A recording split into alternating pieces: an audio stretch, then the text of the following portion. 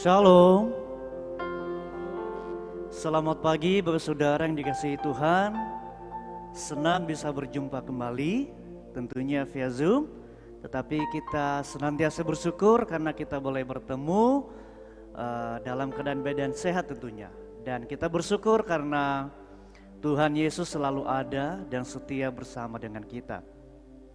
Bapak Saudara yang dikasihi Tuhan, kita akan memulai ibadah kita pada pagi hari ini. Kita akan membacakan firman Tuhan dari kitab Efesus pasal yang ketiga ayat 18 sampai dengan 21. Efesus pasal yang ketiga ayat 18 sampai dengan 21. Beginilah firman Tuhan.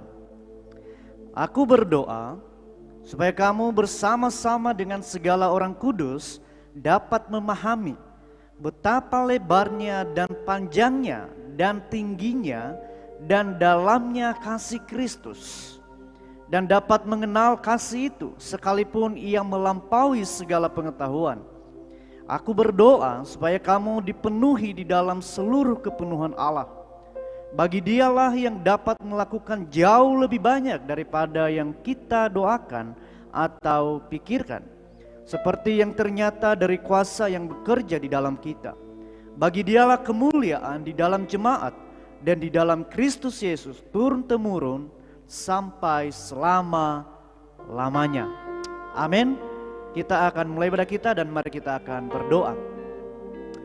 Kami sungguh bersyukur karena kami memiliki Allah seperti Engkau yang telah menyatakan kasih-Mu kepada kami di dalam Yesus Kristus. Sungguh Tuhan, kasih-Mu begitu tinggi, begitu panjang, begitu lebar, dan begitu dalam, tidak dapat kami selami dengan pikiran kami. Sesuatu hal di luar nalar kami, tetapi Tuhan mau nyatakan bagi kami karena Engkau begitu mengasihi kami. Terima kasih Bapa, kalau sampai detik ini kami boleh ada dalam ruangan ini, jemaat Tuhan boleh menyaksikan semua oleh karena kasih dan kemurahan Tuhan. Dan biarlah Tuhan pada pagi hari ini, ketika kami menyiapkan hati kami, ketika kami berlutut di hadapan Tuhan, kami memandang kepada Engkau Allah yang hidup, kami memandang kepada Engkau Allah yang kudus. Biarlah hati kami, jiwa kami, pikiran kami fokuskan kepada Engkau Allah yang ada bersama-sama dengan kami. Sehingga kebenaran firman Tuhan yang ditaburkan pada hari ini boleh dapat mengubah, meneguhkan iman kami di dalam Engkau. Terima kasih Bapa. Berkati setiap anak-anak Tuhan yang terlibat. Biarlah segala pelayanan mereka boleh diberkati Tuhan. Jemaat Tuhan diberkati melalui pelayanan mereka dan nama Tuhan dipermuliakan. Terima kasih Bapa. Kami menyerahkan ibadah kami dari awal hingga kami akhiri. Di dalam nama Tuhan Yesus kami berdoa dan mengucap syukur. Haleluya. Amin.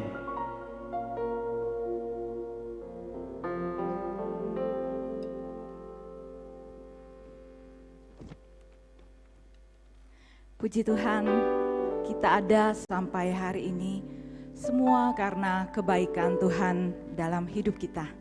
Saya percaya walaupun hari ini kita beribadah melalui ada di rumah secara live streaming, saya percaya sukacita kita senantiasa bertambah oleh karena kasih dan kebaikan Tuhan yang selalu melingkupi kita semua.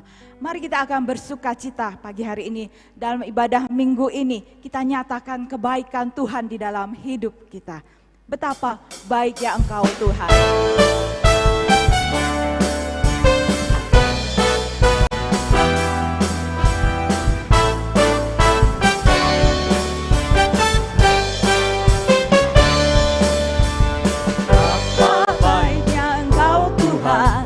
Kasih-Mu tiada berkesudahan.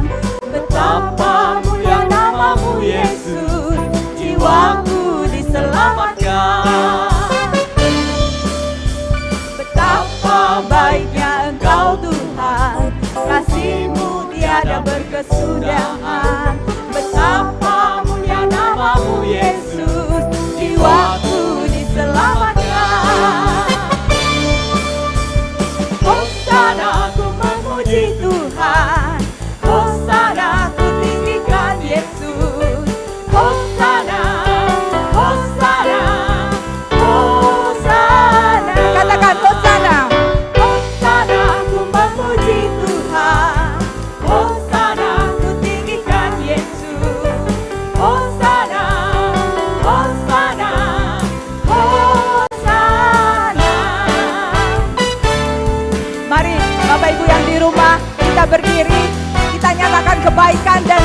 kita, oleh karena Allah begitu mengasihi kita.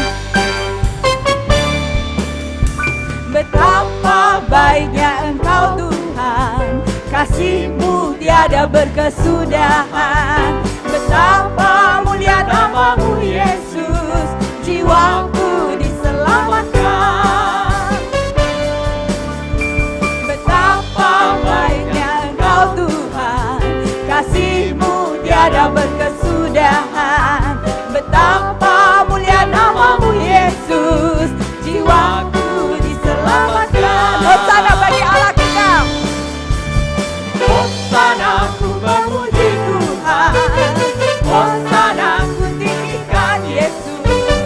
Hosana, Hosana, Hosana. Hosana ku memuji Tuhan, Hosana ku tinggikan Yesus. Hosana, Hosana, Hosana. Hosana, Hosana ku memuji Tuhan, Hosana ku tinggikan Yesus. Hosana, Hosana, Hosana. Hosana, Hosana, Hosana. Hosana, Hosana, Hosana. Puji nama Tuhan.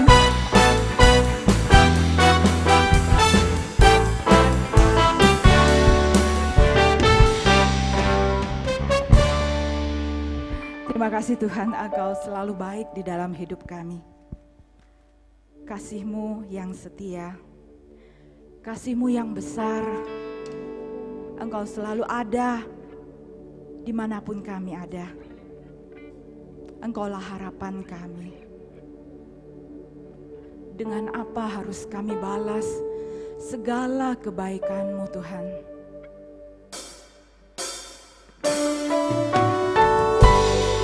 Inilah pujian dan penyembahan kami kepadamu.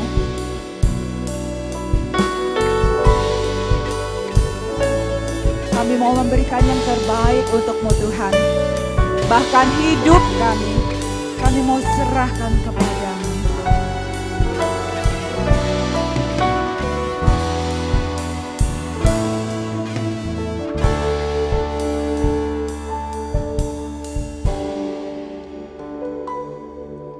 Kau Allah yang setia,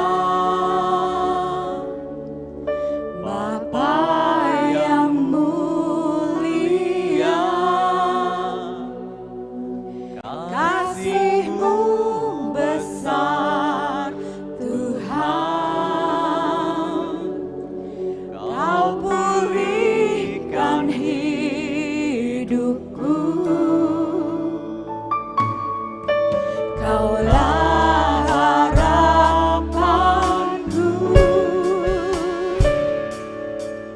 hidupku dalam-Mu. Terima kasih Tuhan,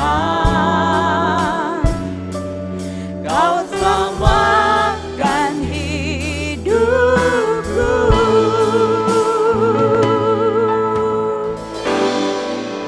Dengan apa kan ku balas Segala kebaikan-Mu Tuhan. segala kebaikan-Mu? Segenap hatiku menyembah-Mu Yesus. Ku bersyukur padamu. Dengan apa kan ku balas segala kebaikan-Mu? Segala kebaikan-Mu. Segenap hati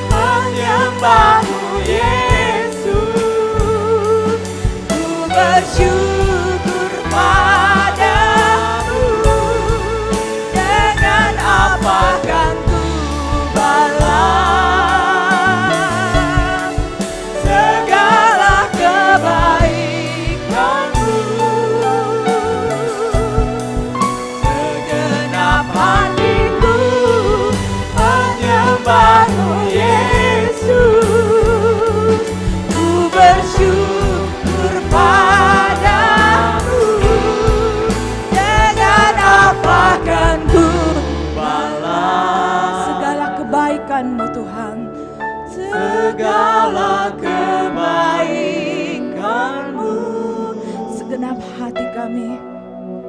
Segenap hatiku menyembah-Mu Yesus,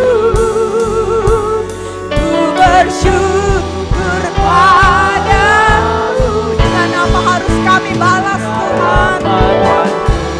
Balas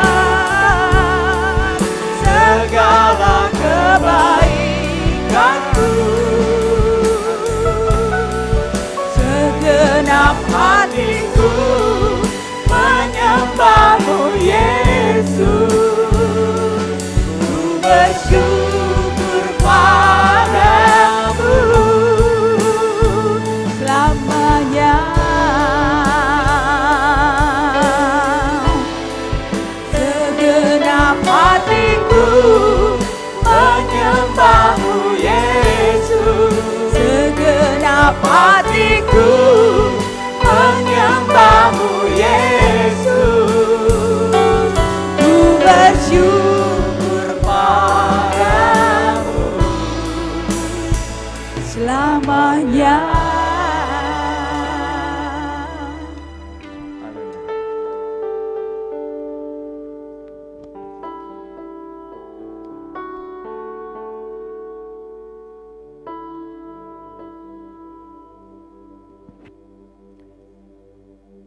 Segenap hati kami menyembah-Mu Yesus. Kami datang kepadamu Bapa dalam kerendahan hati kami. Siapakah kami ini? Dengan pengorbanan-Mu di atas kayu salib, menjadikan hidup kami menjadi berarti. Kami manusia berdosa yang tidak pantas menerima anugerah itu. Tetapi oleh karena kemurahan hati Allah, oleh karena kasih karunia-Mu saja, menjadikan kami layak sebagai anak-anak yang boleh Engkau kuduskan dan sucikan. Pagi ini kami akan mendengarkan suara-Mu Bapa. Berbicaralah, pakai hamba-Mu dalam kelemahan dan kekurangan. Engkau sembunyikan di bawah kaki salib-Mu, agar setiap kebenaran firman Allah diteguhkan oleh Tuhan dalam setiap hati kami. Sehingga siapapun yang mendengar, baik yang ada di dalam ruangan ini maupun yang di rumah, dan yang menyampaikan sama-sama diberkati. Penuhi hati kami dengan kuasa Roh Kudus. Jauhkan dari pikiran-pikiran yang tidak berpusat kepada kebenaran firman Allah. Di dalam nama Yesus, kami naikkan doa ini Bapa. Haleluya. Amin. Shalom Bapak Ibu yang dikasihi Tuhan. Selamat pagi dan selamat berjumpa dalam ibadah pagi hari ini. Ibadah pagi hari ini kita ibadah secara live streaming, sehingga Bapak Ibu bisa mengikutinya melalui layar kaca di rumah masing-masing. Dan hari ini adalah minggu terakhir di bulan Februari dengan sebuah tema yang sangat menarik, bahwa kasih-Mu tiada duanya. Ya. Mari kita membuka Alkitab kita yang akan kita bahas dan kita renungkan pagi hari ini. Saya mengambil dari surat Paulus, ya, surat Paulus yang ditujukan pada jemaat Efesus. Jadi kita buka Alkitab kita dari surat kepada jemaat Efesus pasal yang pertama. Ya. Surat kepada jemaat Efesus pasal yang pertama. Saya akan membantu Bapak Ibu Saudara untuk membacakan. Saya hanya akan menguraikan pasal pertama ayat 3-7, tapi bacaan pagi hari ini kita akan membacanya sampai dengan ayat yang ke-14. Di bawah perikop kekayaan orang-orang yang terpilih. Sekali lagi, surat Efesus pasal pertama, silakan Bapak Ibu di rumah untuk membuka Alkitab. Surat Efesus pasal pertama ayat 3 sampai dengan ayat yang ke-14. Demikianlah bunyinya. Terpujilah Allah dan Bapa Tuhan kita Yesus Kristus, yang dalam kasih Kristus telah mengaruniakan kepada kita segala berkat rohani di dalam surga. Sebab di dalam Dia Allah telah memilih kita sebelum dunia dijadikan, supaya kita kudus dan tak bercacat di hadapannya. Dalam kasih Ia telah menentukan kita dari semula oleh Yesus Kristus untuk menjadi anak-anaknya sesuai dengan kerelaan kehendaknya. Supaya terpujilah kasih karunia-Nya yang mulia, yang dikaruniakannya kepada kita di dalam Dia yang dikasihinya. Sebab di dalam Dia dan oleh darah-Nya kita beroleh penebusan, yaitu pengampunan dosa. Menurut kekayaan kasih karunia-Nya, yang dilimpahkannya kepada kita dalam segala hikmat dan pengertian. Sebab Ia telah menyatakan rahasia kehendak-Nya kepada kita sesuai dengan rencana kerelaannya, yaitu rencana kerelaan yang dari semula telah ditetapkannya di dalam Kristus sebagai persiapkan kegenapan waktu untuk mempersatukan di dalam Kristus sebagai kepala segala sesuatu, baik yang ada di surga maupun yang ada di bumi. Aku katakan di dalam Kristus karena di dalam Dialah kami mendapat bagian yang dijanjikan. Kami yang dari semula ditentukan untuk menerima bagian itu sesuai dengan maksud Allah, yang di dalam segala sesuatu bekerja menurut keputusan kehendak-Nya, supaya kami yang sebelumnya telah menaruh harapan kepada Kristus boleh menjadi puji-pujian bagi kemuliaan-Nya. Di dalam Dia kamu juga, karena kamu telah mendengar firman kebenaran, yaitu Injil keselamatanmu, di dalam Dia kamu juga, ketika kamu percaya, dimeteraikan dengan Roh Kudus yang dijanjikannya itu. Dan Roh Kudus itu adalah jaminan bagi kita sampai kita memperoleh seluruhnya, yaitu penebusan yang dijadikan kita milik Allah, yang menjadikan kita milik Allah untuk memuji kemuliaan-Nya. Bapak Ibu yang dikasihi Tuhan, pemirsa yang mengikuti channel ini, ya, surat Efesus adalah surat yang ditulis oleh Paulus dari dalam penjara. Paulus menulis surat ini dari dalam penjara, di mana kita tahu bahwa Paulus sedang dipenjara di kota Roma, ya, di kota Roma di penjara. Mengapa dia dipenjara? Dipenjara oleh karena dia memberitakan Injil, bukan oleh karena melakukan sebuah kejahatan, bukan oleh karena dia melakukan sebuah kesalahan, bukan oleh karena dia memberontak dan lain sebagainya, tetapi dia memberitakan Injil. Dan oleh karena dia memberitakan Injil, maka dia harus mengalami penganiayaan dan pemenjaraan itu. Dia dipenjara di sebuah rumah yang disewa, tetapi dia diborgol, saudara, diawasi dengan serdadu-serdadu ataupun penjaga penjara itu. Dan dengan adanya dia dipenjara di dalam sebuah penjara itu, dia leluasa dikunjungi oleh serdadu-serdadu dan penjaga-penjaga. Dan dia ada kesempatan untuk memberitakan Injil di sana. Sehingga Alkitab berkata di kitab Filipi bahwa Injil telah merambah sampai ke istana. Karena pemberitaan Injil itulah sehingga Injil sampai ke istana, kepada penjaga-penjaga, kepada tentara-tentara yang mengawal Paulus saat berada di dalam penjara. Saudaraku yang dikasihi Tuhan,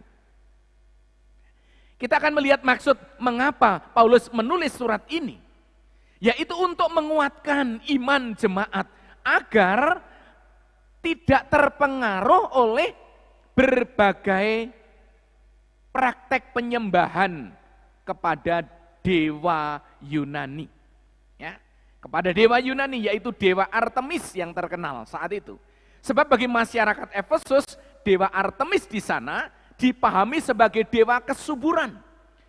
Dan praktek penyembahan kepada kaisar yang memang lazim, Bapak Ibu, dilakukan oleh masyarakat di Efesus pada waktu itu.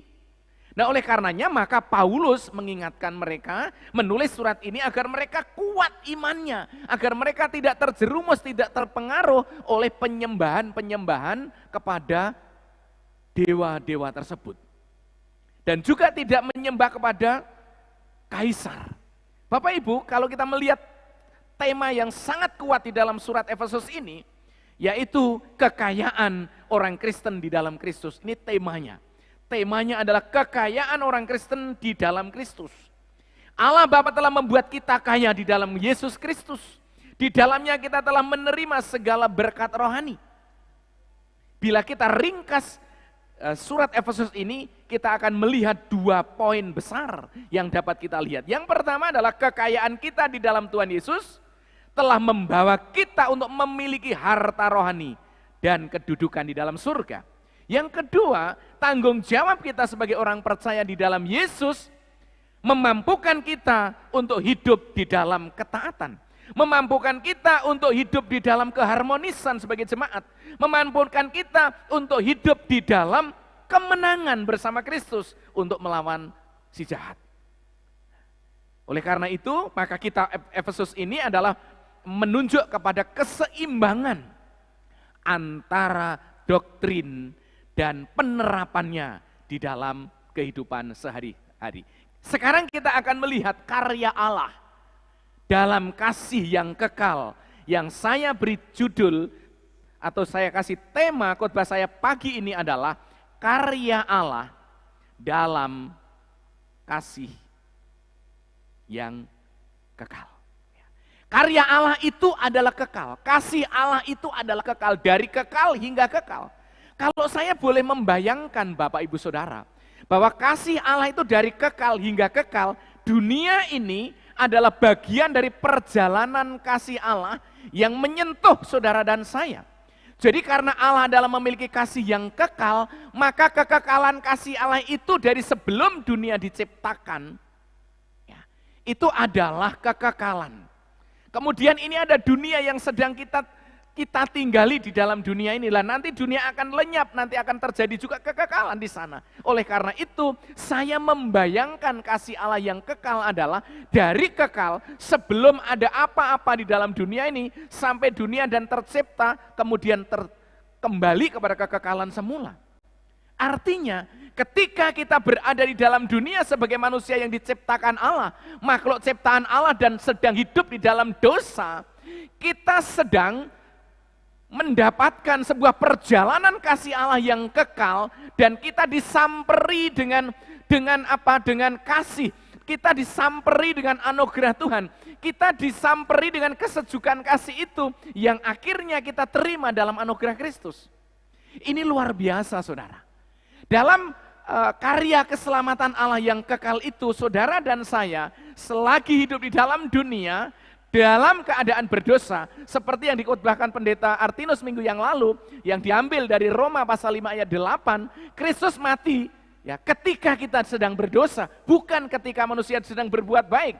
Kristus mati ketika kita sedang berbuat salah, ketika kita sedang hancur-hancuran di dalam dosa, bukan ketika kita sedang hidup benar. Kristus mati untuk itu. Oleh karena itu, maka saya membayangkan di dalam iman dan pikiran saya, ketika perjalanan kasih Allah yang kekal itu melewati bumi ini, melewati dunia ini, kita sedang tersamperi oleh Allah, kita sedang dijemput oleh Allah dalam sebuah kasih yang besar, yaitu karunia Allah di dalam Kristus. Tidak ada karya terbesar Allah di dalam dunia ini kecuali karya keselamatan. Allah membuat mujizat, air menjadi anggur, oke, itu sebatas tenggorokan sampai ke perut, karena itu hanya mengobati dahaga. Kristus memberi makan, membuat mujizat makan 5.000 orang, itu hanya sebatas perkara-perkara tubuh, perkara-perkara daging, untuk memperlengkapi agar kita tidak kelaparan, sehingga terjadi mujizat. Kristus juga memberikan mujizat orang yang lumpuh bisa berjalan, orang yang timpang bisa berjalan, orang yang buta bisa melihat. Itu semua adalah karya Tuhan, mujizat-mujizat Tuhan. Tetapi saya mau tekankan pagi hari ini, bahwa karya Allah yang terbesar di dalam dunia ini, kalau Bapak Ibu mau tahu, adalah karya keselamatan yang terjadi di atas kayu salib. Apa amin? Kita setuju dengan karya itu. Tidak ada karya yang lebih besar daripada karya Kristus melalui pengorbanan di atas kayu salib. Itulah sebabnya Paulus dengan gigih membela Injil. Paulus dengan sukacita memberitakan Injil sekalipun dia ada dalam penjara, sekalipun dia harus mengalami penderitaan. Karena apa? Karena Paulus tahu kepada siapa dia percaya. Karena Paulus tahu apa yang dia beritakan. Karena Paulus tahu apa yang dia sampaikan kepada manusia berdosa, yaitu jalan keluar daripada dosa itu sendiri. Ya, ia adalah keselamatan kekal. Saudara, saya merenungkan, saya membaca ayat ini, lalu saya membuat sebuah tema yang pagi ini akan saya sampaikan, yaitu karya Allah dalam kasih yang kekal. Mari kita akan melihat 3 poin pagi hari ini. Yang pertama, karya Allah dalam kasih yang kekal itu dibuktikan dalam tindakan memilih kita. Saudaraku yang dikasihi Tuhan, next, karya Allah dalam kasih yang kekal itu dibuktikan dalam tindakan Allah sendiri, yaitu memilih kita. Alkitab berkata yang keempat, saya akan bacakan. Sebab di dalam Dia Allah telah memilih kita sebelum dunia dijadikan. Saudara, pernah kita berpikir bahwa kita orang berdosa ini sebenarnya adalah umat pilihan Allah? Saya tidak paham kalau saya orang berdosa adalah umat pilihan Allah sebelum saya beriman kepada Kristus. Saudaraku yang dikasihi Tuhan, saya mau gambarkan. Ini adalah ruangan tertutup dan di dalam ruangan itu ada pintu, di depan sana ada pintu kaca. Saat orang di dalam ruangan, di luar ruangan sana, tidak tahu apa yang terjadi di dalam ruangan ini dan apa yang sebenarnya. Kemudian pintu kaca di dalam itu yang besar itu ada tulisan, kamu adalah, saudara adalah, siapapun yang ada dalam ruangan ini adalah keluarga-keluarga umat baptis.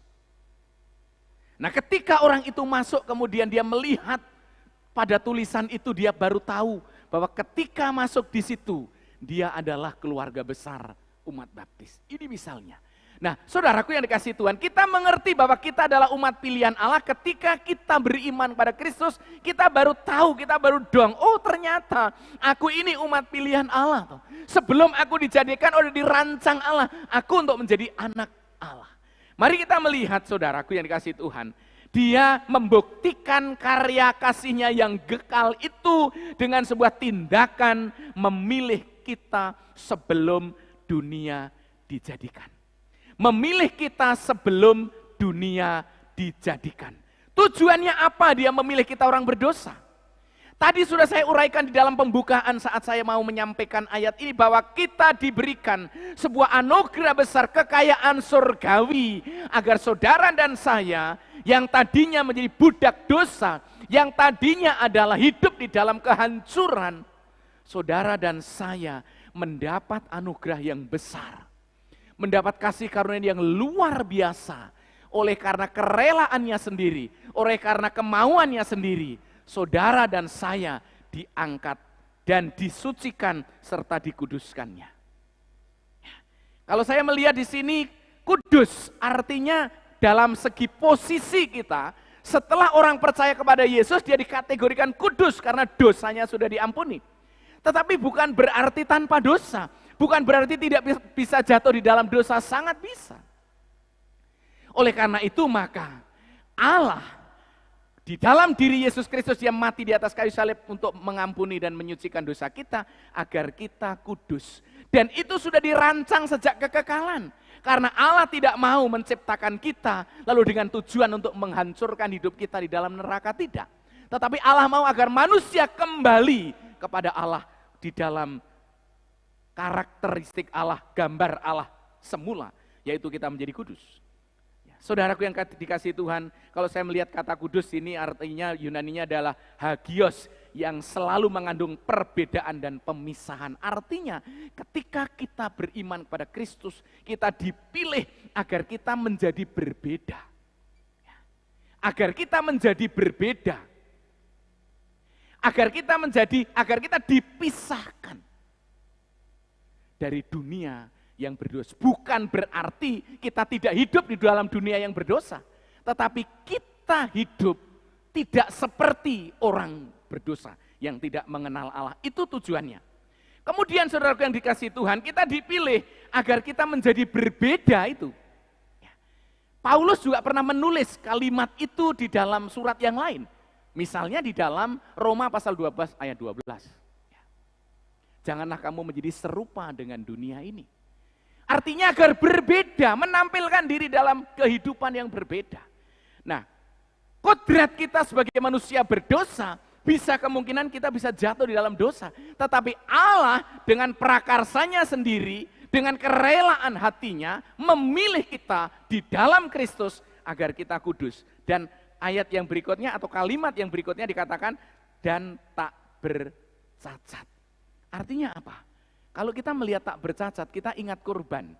Kurban yang dilakukan oleh orang-orang Israel, itu biasanya akan mengorbankan binatang yang tidak boleh cacat. Harus yang baik. Timpang tidak boleh, sakit tidak boleh. Harus yang terbaik, artinya tidak boleh ada cacatnya. Bisa dikatakan sempurna. Nah, saudaraku yang dikasih Tuhan, orang-orang yang percaya, orang-orang Efesus, jemaat-jemaat di Efesus itu dituntut ya, agar mereka hidup teguh dalam iman, tidak tergoda, tidak jatuh di dalam penyembahan-penyembahan berhala, karena kamu adalah orang-orang yang telah dikuduskan melalui darah Kristus, dan kamu adalah orang-orang yang diharapkan oleh Allah menjadi pribadi yang tak bercacat.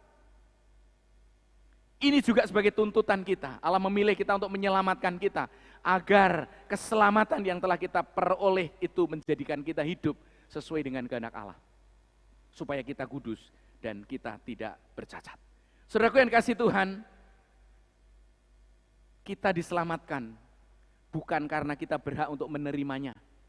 Kita diselamatkan bukan karena kita layak untuk menerimanya.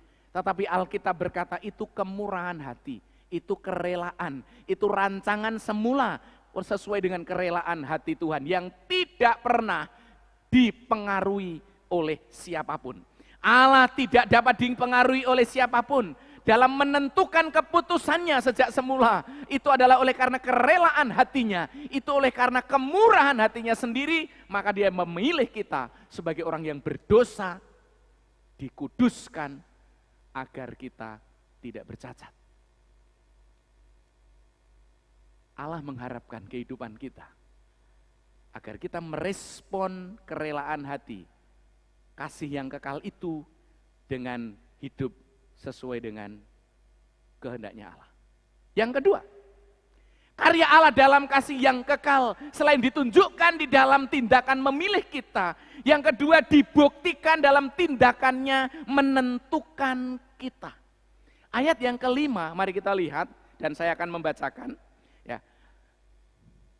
Karya Allah dalam kasih yang kekal dibuktikan dalam sebuah tindakan menentukan kita. Ayat kelima bunyinya, dalam kasih Ia telah menentukan kita dari semula oleh Yesus Kristus untuk menjadi anak-anaknya sesuai dengan kerelaan kehendaknya. Jadi sulit untuk dilogikakan ini Bapak Ibu. Sulit untuk diterima dengan akal. Kodrat kita manusia berdosa. Tetapi Allah menentukan kita ya, dalam kodrat yang berdosa itu ya, ditentukan di sini ya, dari semula ditentukan melalui Yesus Kristus untuk menjadi anak-anaknya. Ini sesuatu yang sulit untuk diterima secara akal. Coba bayangkan. Ya. Misalnya ada orang yang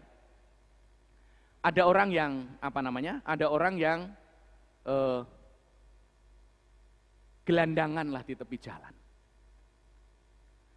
Tahu-tahu gelandangan di tepi jalan itu dikunjungi seorang raja.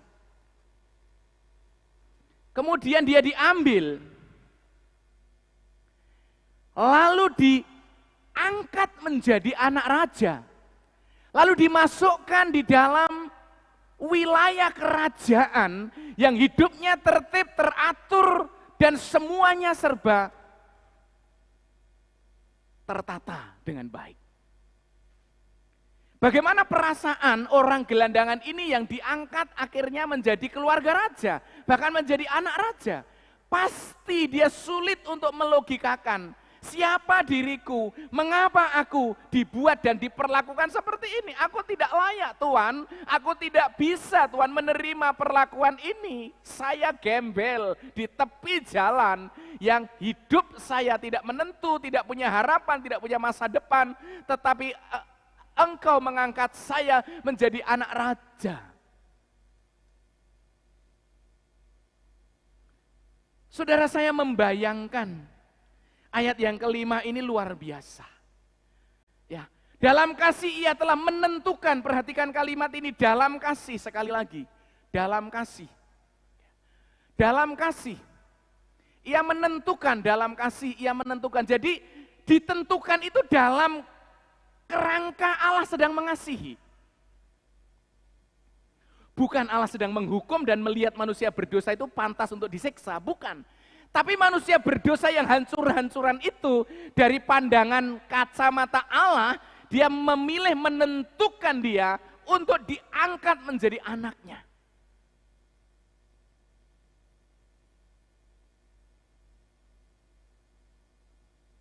Dalam kasih, perhatikan. Dalam kasih ia telah menentukan dari semula oleh Yesus Kristus. Hanya melalui Yesus Kristus, saudara dan saya mendapat sebuah pengangkatan resmi dari Allah menjadi anak-anak Allah. Di luar Kristus tidak bisa. Tujuannya untuk menjadi anak-anak Allah, yaitu bagi siapa yang percaya dan menerima Yesus sebagai Tuhan dan Juru Selamat dalam hatinya. Maka orang itu diangkat secara rohani menjadi anak-anak Allah. Tentunya Bapak Ibu yang dikasihi Tuhan, seorang anak akan mewarisi harta kekayaan sang ayah. Wow, saya merasakan ini perkara yang sangat luar biasa. Ya. Penentuan dan pengangkatan sebagai anak Allah, murni karena kerelaan dan keputusan kehendaknya. Luar biasa, tidak dipengaruhi oleh makhluk lain, tidak diintervensi oleh siapapun. Pengangkatan dan penentuan kita sebagai anak-anak Allah di dalam Yesus Kristus itu murni oleh karena kerelaan hatinya, oleh karena kasihnya yang besar itu. Saudara, saudara dan saya orang berdosa bukan? Iya. Saudara dan saya masih bisa hidup di dalam dosa, bisa terjadi. Tetapi Allah dalam keadaan seperti itu telah mengangkat saudara dan saya melalui iman kita kepada Kristus menjadi anak-anak Allah. Dan saudara dan saya dituntut untuk hidup di dalam kehendak-Nya. Untuk hidup kudus dan tak bercacat. Kita harus tunduk kepada kebenaran. Agar hidup kita terus dipimpin oleh kehendak Allah, dipimpin oleh karya Roh Kudus, sehingga kita bisa hidup di dalam kehendak Allah. Saudaraku yang dikasihi Tuhan, Allah tidak pernah terpengaruh oleh siapapun. Allah tidak pernah dipengaruhi oleh siapapun. Beda dengan manusia. Suatu ketika saya dengan istri saya dan anak saya jalan di jalan besar arah ke Jakabaring, ya, arah ke Jakabaring, kami sedang melihat tanaman di sana. Tanaman bagus sekali, ya, tanaman bagus sekali. Kemudian saat kita melihat tanaman itu, istri saya kepengen membeli bunga mawar. Ya. Bunga mawar itu ada beberapa tipe, ada beberapa jenis. Ya. Ada yang katanya dari Jawa Barat, dari Bandung itu berbeda dengan bunga mawar yang lain. Nah, saya melihat, istri saya melihat, anak saya melihat. Tentunya masing-masing punya pilihan, bukan? Pasti dong. Selera istri saya, selera anak saya pasti berbeda. Nah, suatu ketika kita sedang memikirkan bagaimana dengan ini. Ya. Ada yang komentar, ini kurang baik, ini kurang pas. Bagaimana dengan ini? Ini kurang baik, ini kurang pas. Akhirnya ada sebuah kesepakatan, ya. Ada sebuah kesepakatan bersama, ya, akan membeli sebuah bunga mawar yang berasal dari Bandung, yang beberapa jenis warnanya itu. Dan saat ingin memilih satu bunga awal, terpengaruh oleh pihak lain, terpengaruh oleh pihak lain untuk tidak itu. Akhirnya berunding dan membuat sebuah kesepakatan, ini dan ini bukan, akhirnya bersepakat untuk yang lain. Itu artinya manusia masih bisa dipengaruhi. Tetapi saya akan kembalikan kepada penentuan Allah yang menentukan kita orang berdosa menjadi anak-anak Allah saat pengangkatan itu ketika kita udah percaya kepada Yesus, tidak pernah terintervensi, tidak pernah terpengaruhi, tidak pernah didorong oleh siapapun, kecuali yang mendorong adalah hati nuraninya yang kudus, yang kasihnya kekal itu. Sehingga saudara dan saya mendapat anugerah, terangkat secara rohani, menjadi anak-anak Allah. Luar biasa. Kita telah dibawa masuk oleh anugerah Allah itu ke dalam keluarga Allah. Dan menjadikan kita ahli waris surgawi. Luar biasa, ada amin? Ada amin saudaraku. Kita diangkat oleh Allah dalam keluarga Allah sehingga kita menyebut Allah Bapa kami yang di surga. Wow. Sebuah keluarga yang luar biasa. Karena Allah menentukan saudara dan saya. Memilih saudara dan saya dari kekekalan. Menentukan saudara dan saya dari semula. Oleh karena kerelaan hatinya menjadi anak-anak Allah yang mewarisi harta surgawi yang luar biasa. Dan yang terakhir, karya Allah dalam kasih yang kekal adalah dibuktikan dalam karya penebusan yaitu pengampunan dosa. Ini titik klimak yang tidak boleh dilewatkan. Ini adalah sebuah puncak yang tidak boleh anti klimak, tapi ini adalah puncak karya kekekalan Allah, kasih Allah itu. Ya. Ayat 7 berbunyi, sebab di dalam Dia, di dalam Yesus Kristus, dan oleh darahnya, darah Yesus Kristus, kita beroleh penebusan, yaitu pengampunan dosa, menurut kekayaan kasih karunia-Nya.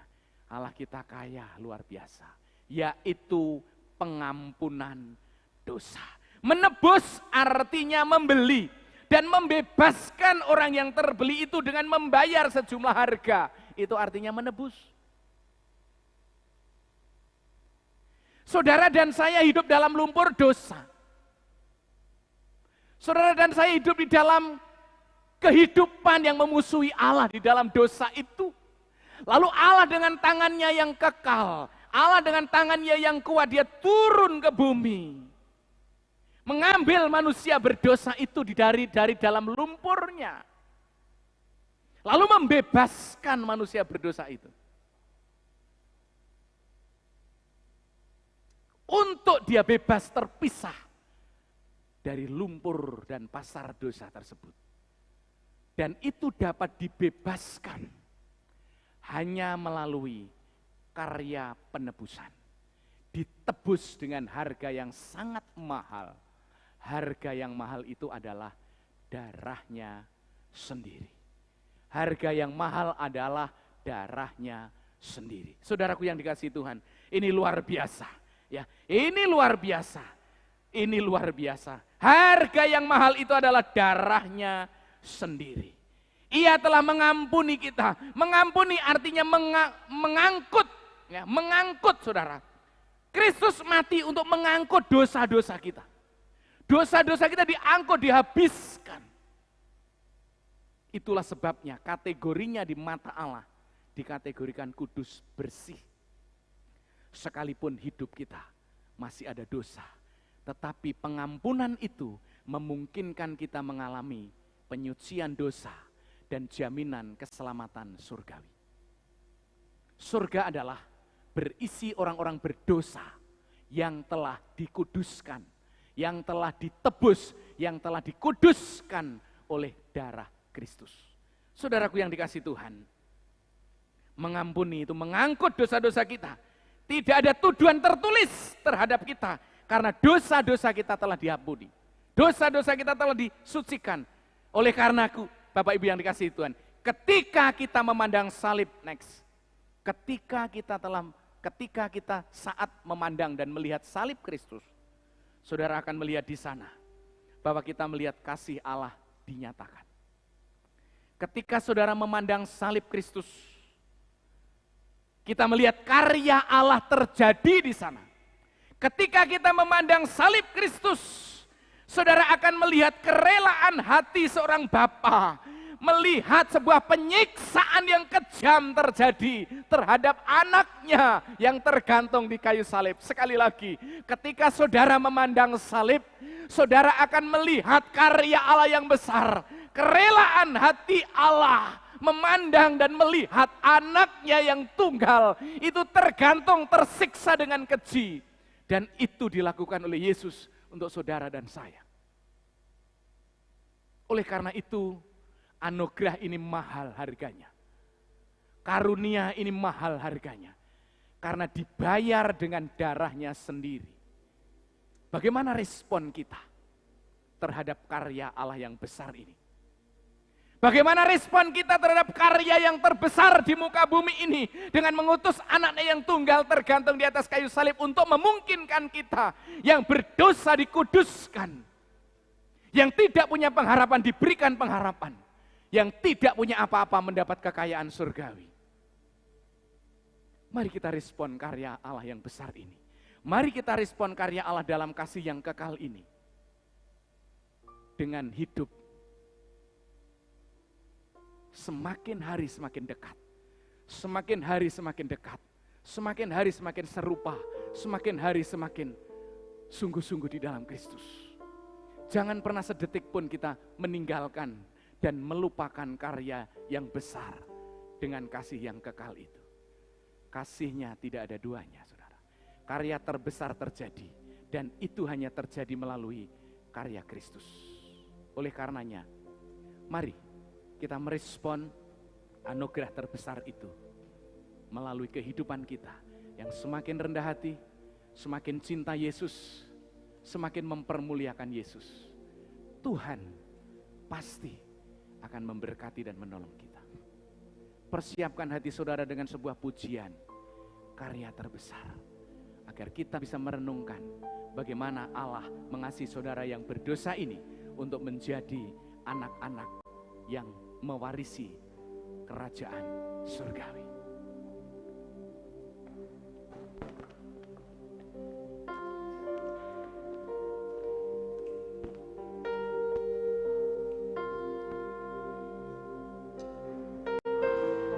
Dalam sikap pujian ini sambil kita sungguh-sungguh menyembah Tuhan melalui pujian ini. Dalam sikap doa saudara renungkan syair-syairnya. Agar kita sungguh-sungguh memahami karya terbesar Allah dalam hidup saudara. Dan saudara akhirnya mengambil sebuah komitmen hidup untuk hidup bagi Kristus. Apapun yang terjadi, jangan pernah tinggalkan Dia.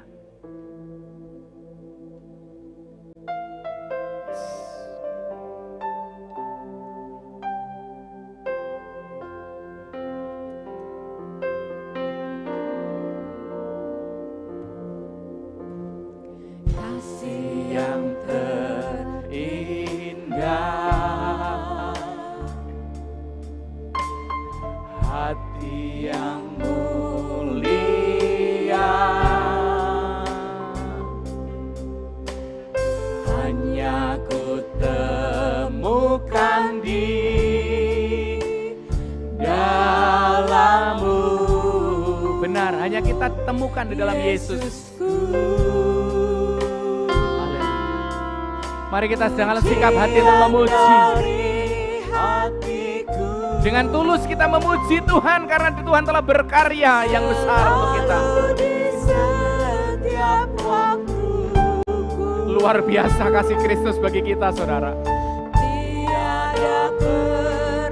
Karena kasihnya kekal, tidak pernah berubah kasihnya dulu, sekarang, sampai selama-lamanya.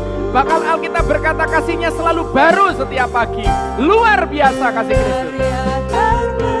Amin. Dalam hidupku, renungkan saudara kasih Allah. Hanya melalui pengorbanan Kristus Dia menyelamatkan setiap kita, saudara. Ternilai yang ku miliki dan ku hargai, Yesus Engkau ku kagumi.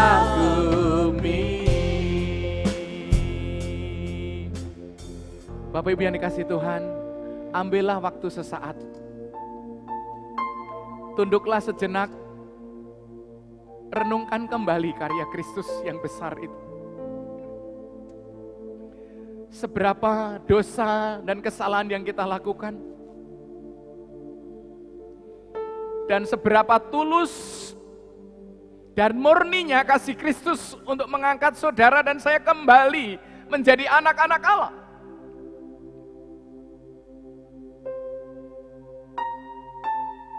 Karya terbesar di bumi ini tidak ada duanya kecuali karya terbesar, yaitu karya Kristus di atas kayu salib, yang mau mencurahkan darahnya untuk menebus dosa-dosa kita. Apakah kita ingin menjadi orang Kristen yang asal-asalan? Apakah kita akan menjadi orang Kristen yang suam-suam kuku? Apakah kita hanya menjadi orang Kristen yang biasa-biasa saja ketika kita menyadari begitu besar karyanya untuk kita? Saudara dan saya diselamatkan bukan saat hidup baik.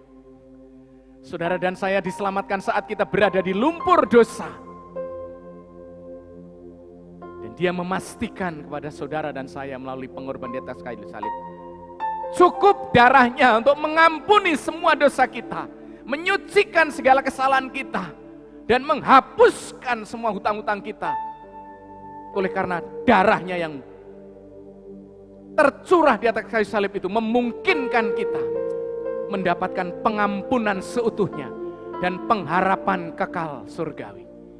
Bagi Bapak Ibu yang hari ini mendengarkan kebenaran firman ini, dan yang belum membuka hati menerima Yesus sebagai Tuhan dan Juru Selamat, saya mengajak Bapak Ibu untuk merenungkan, ketika hidupmu masih hidup di dalam dosa, dan Yesus menawarkan jalan keselamatan pengampunan terhadap dosa-dosa itu, maka dari itu jangan keraskan hatimu, buka pintu hatimu, terimalah Yesus sebagai Tuhan dan Juru Selamat, jadikan Dia seorang penguasa tunggal dalam hidupmu, dan saya percaya engkau akan memperoleh pengampunan dosa dan pengangkatan sebagai anak-anak Allah untuk mewarisi kekayaan surgawi.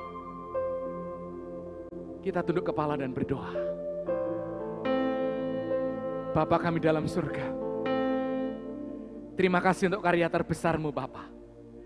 Terima kasih untuk karya kasih-Mu yang kekal itu Tuhan. Siapakah kami sehingga Engkau begitu bermurah hati, sehingga Engkau begitu penuh kerelaan hati-Mu tanpa dipaksa dan disuruh oleh makhluk yang lain untuk mengasihi kami orang berdosa. Tidak ada kata yang dapat kami ucapkan kecuali kami hanya bersyukur, bersyukur dan bersyukur. Dan biarlah hidup kami hidup berkenan di hadirat Tuhan. Semua sampah, semua dosa, semua kehidupan kedagingan dihancurkan, dibuang, ditinggalkan dalam nama Yesus. Dan mulai bangkit hidup kembali dalam kehidupan yang baru. Melalui kelahiran, melalui karya Roh Kudus, dan kami boleh hidup menyenangkan hati-Mu. Kami tahu bahwa iblis berkeliaran bagaikan singa yang mengaum-ngaum untuk menangkap kami mangsanya.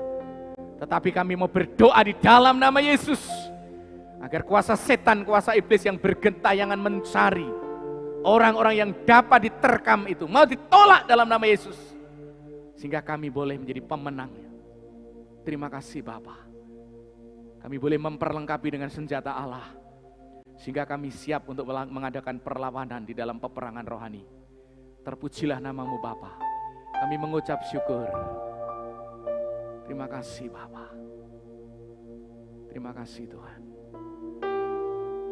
Pada kesempatan pagi ini, kami juga berdoa secara syafaat Bapa, untuk berdoa bagi saudara-saudara kami yang berulang tahun. Biarlah mereka terus diberikan panjang umur dari Tuhan.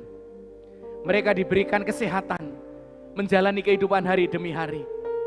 Kami juga berdoa Bapa, pada kesempatan pagi hari ini di dalam rentetan doa syafaat kami berdoa untuk rencana pemberkatan pernikahan saudari kami Vero dan Andi pada hari Sabtu tanggal 5 Maret. Biarlah Tuhan pemberkatan ini boleh berjalan dengan lancar. Tuhan akan memberkati dan menolongnya.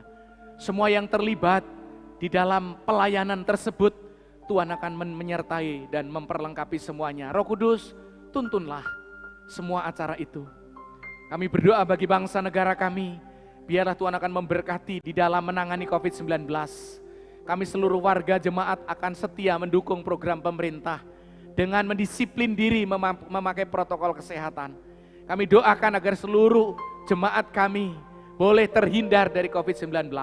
Tetapi ketika ada jemaat kami, warga jemaat kami, saudara-saudara kekasih kami doakan agar mereka segera sembuh ya Bapak. Kami doakan Ibu Delima dalam pemulihan pasca operasi. Kami doakan untuk jemaat-jemaat yang lain yang mungkin sedang ada yang isoman. Tuhan berkenan memberikan mujizat kesembuhan. Bapa, sebagai warga negara yang tidak menghendaki kekerasan terjadi, yang tidak menghendaki peperangan terjadi, kami berdoa untuk apa yang terjadi di Ukraina, di mana Rusia sedang menyerang ke sana. Mari Bapa, biarlah mereka boleh duduk bareng, bernegosiasi, berbicara, berdamai Bapa, agar tidak menyulut peperangan dan tidak menjadi pengaruh dan berdampak terhadap ekonomi dunia, terhadap keamanan dunia.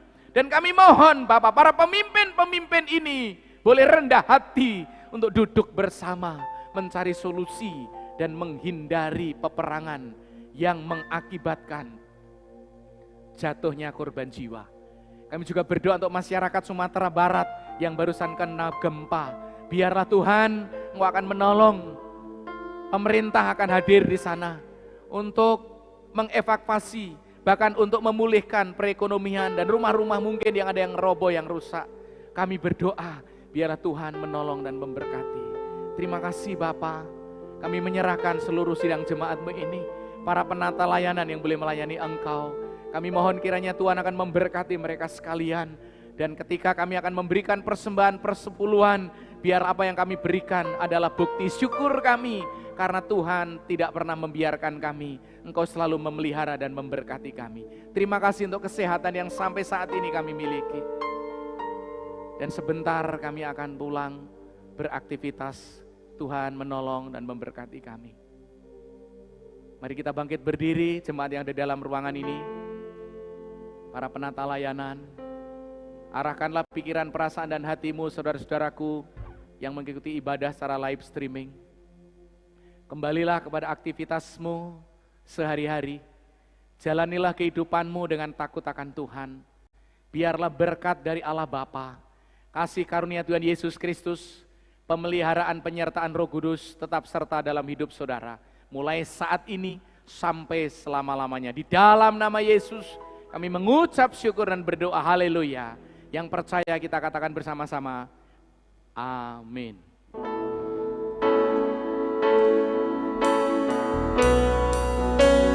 Terima kasih buat karyamu yang terindah dan terbaik dalam hidupku. Terima kasih buat cintamu yang tak pernah berhenti di sepanjang hidupku. Terima kasih buat karyamu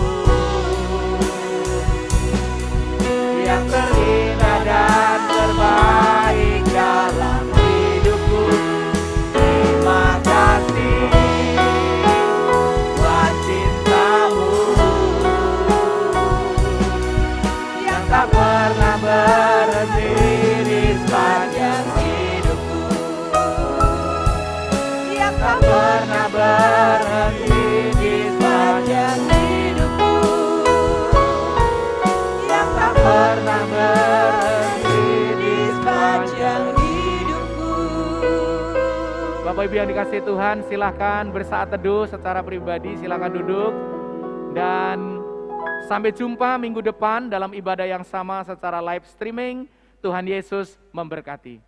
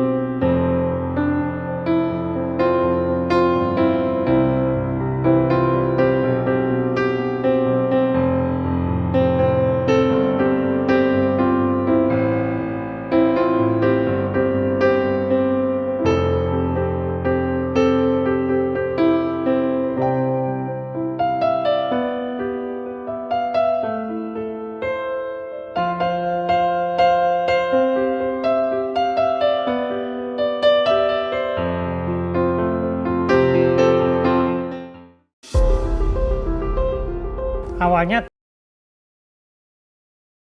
takut banget sama efek sampingnya, tapi ternyata aman aja tuh. Sentra vaksinnya nyaman, ada proses screening, jadi saya tidak khawatir. Divaksin aman, Babe sudah 2 kali. Saya punya komorbid yang terkendali dan stabil, sudah divaksin lengkap tanpa ada efek samping yang berat. Mereka adalah kelompok prioritas yang rentan terdampak COVID-19. Vaksin menjadi perlindungan mereka. Baik Pak, terima kasih.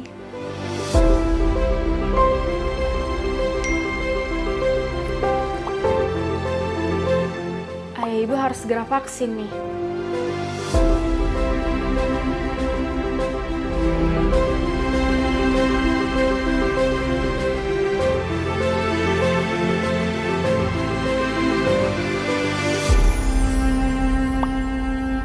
Wah, lokasi vaksinnya nggak jauh nih. Babe ikut daftar ah.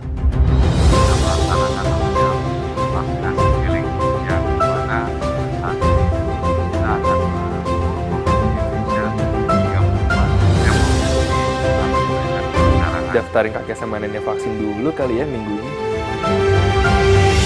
Bersama kita lindungi lansia. Kesehatanmu adalah kebahagiaan keluarga.